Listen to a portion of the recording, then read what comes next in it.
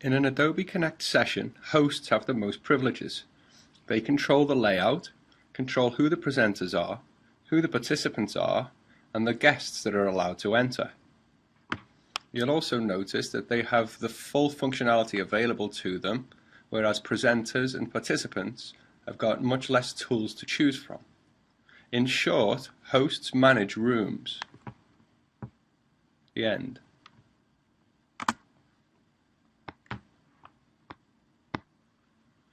Presenters share several host privileges. They can share documents, presentations, and applications from their own computers. But notice how their tool set is more limited than the hosts.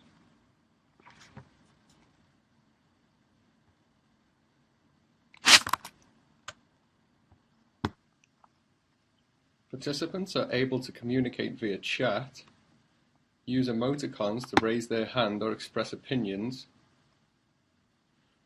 and when hosts and presenters permit, speak and use their webcams. Participants can also be given privileges to control pods such as the share pod.